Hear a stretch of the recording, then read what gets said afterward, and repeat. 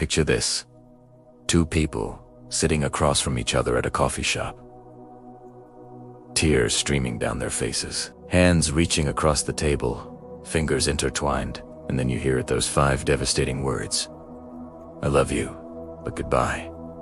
How is that even possible? How do two people who genuinely love each other end up walking away? Well, buckle up, because today we're diving into one of the most important relationship truths nobody talks about. And trust me, by the end of this video, your entire perspective on love is going to shift. Here's the uncomfortable truth that movies and love songs won't tell you. Love is magical. Yes, love is powerful. Absolutely. But love alone isn't enough to build a lasting relationship. And I know that sounds harsh, but stay with me, because understanding this could literally save your next relationship.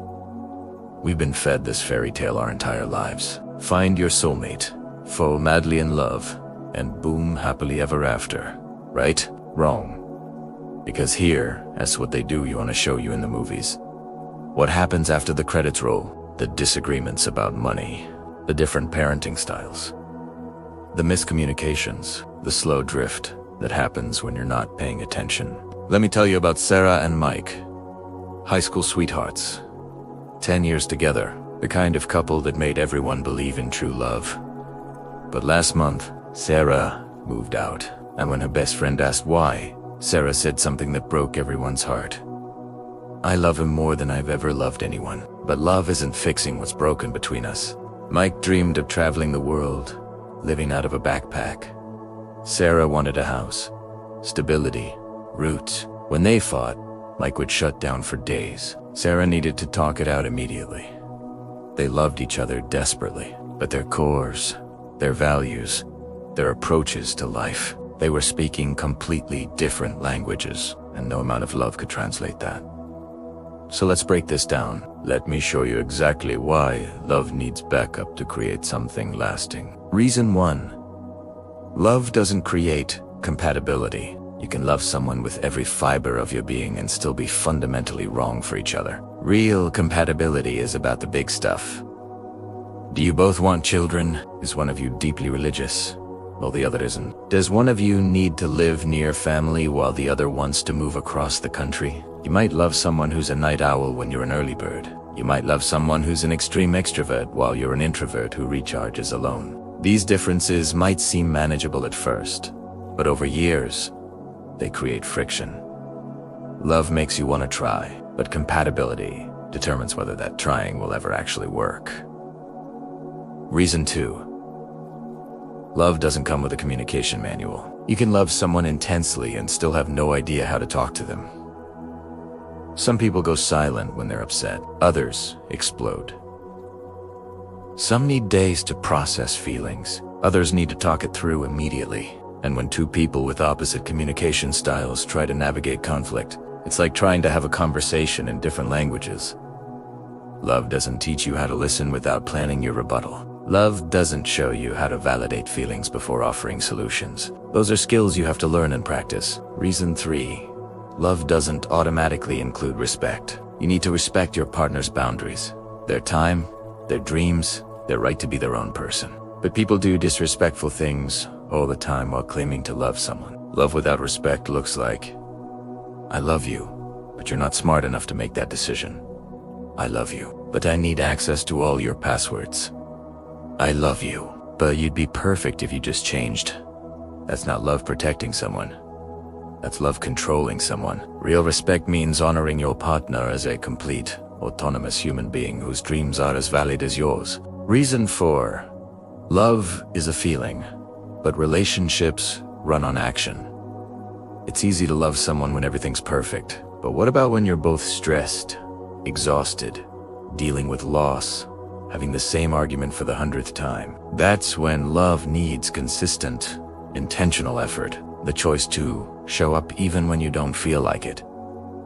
To go to therapy, to have difficult conversations. But some people will love you deeply and still refuse to put in the work. They love you, but won't address their issues. They love you, but won't compromise. Effort isn't automatic. It's a daily choice. Reason 5. Love can't heal your wounds, only You can. So many people enter relationships believing the right person will fix them. But your partner cannot be your therapist or your healer. When you bring unhealed trauma into a relationship, you'll still sabotage things. You'll still push them away when they get close. You'll still repeat destructive patterns. Love can be a safe environment for healing to begin, but the actual healing work, that's on you. Reason 6. Love doesn't control timing. You can meet a perfect person at the wrong time. Someone who just got out of a devastating relationship, someone focusing on their career, someone dealing with personal crises. And no amount of love can force readiness. You can't love someone into being emotionally available. Timing is its own entity, and sometimes, heartbreakingly, the timing is just off. So listen, love absolutely matters. Love is essential, but love needs a support system. It needs compatibility, communication, respect, consistent effort, personal healing, and aligned timing. Think of it like this. Love is the foundation of a house. Its crucible can't build without it. But a foundation alone isn't a home.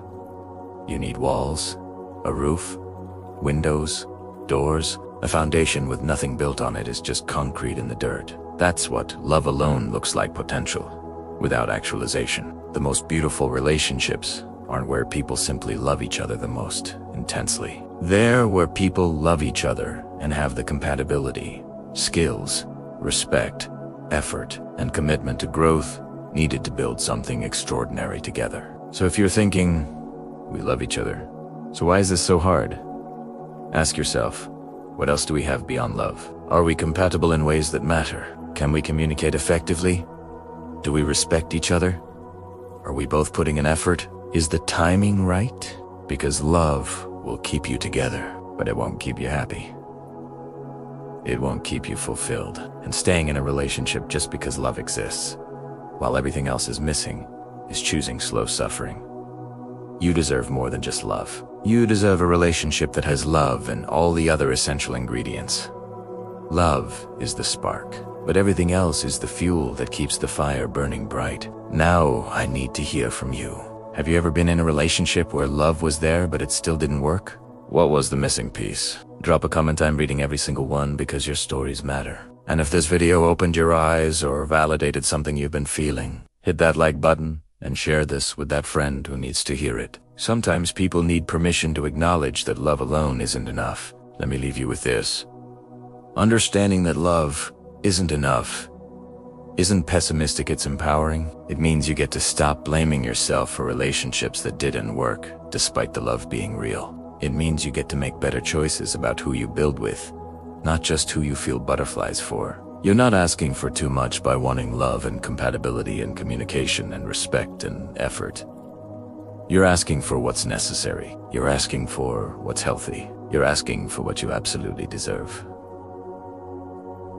Thanks for watching. If you want more real, honest conversations about relationships, hit that subscribe button. I'll see you in the next video. Until then, choose relationships that are complete, not just ones that feel intense. You deserve the whole package.